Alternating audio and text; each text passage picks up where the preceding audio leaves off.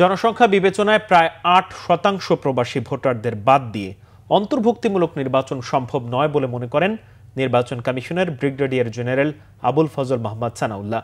সোমবার বিকেলে আগারগাঁওয়ের নির্বাচন ভবনে প্রবাসীদের সাথে ভার্চুয়াল মিটিংয়ে এমন মন্তব্য করেন তিনি। বলেন, ভোটার তালিকায় অন্তর্ভুক্ত হওয়া ছাড়া এই নির্বাচনে প্রবাসীদের ভোট দেওয়া সম্ভব নয়।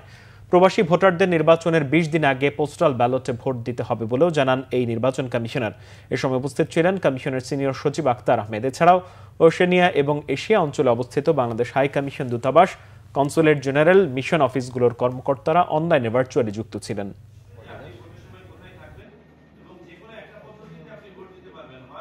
দেশের ৭ থেকে ৮% প্লাস মাইনাস মানুষ প্রবাসে বাস করেন, তাদেরকে বাদ দিয়ে যে ভোট হয় সেটা কিভাবে অন্তর্ভুক্তিমূলক নির্বাচন হয়। সুতরাং আমরা বলবো যে আমরা আমাদের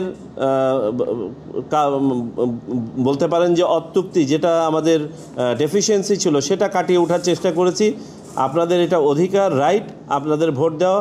আমরা যদি এটা অন্ততপক্ষে প্রবর্তন করতে পারি যথাযথভাবে, বড় ধরনের কোনো ঝামেলা ছাড়া, তাহলে আমরা আশা করব যে ভবিষ্যতে এটা আরও ফুল ফ্লেজেড গতি পাবে।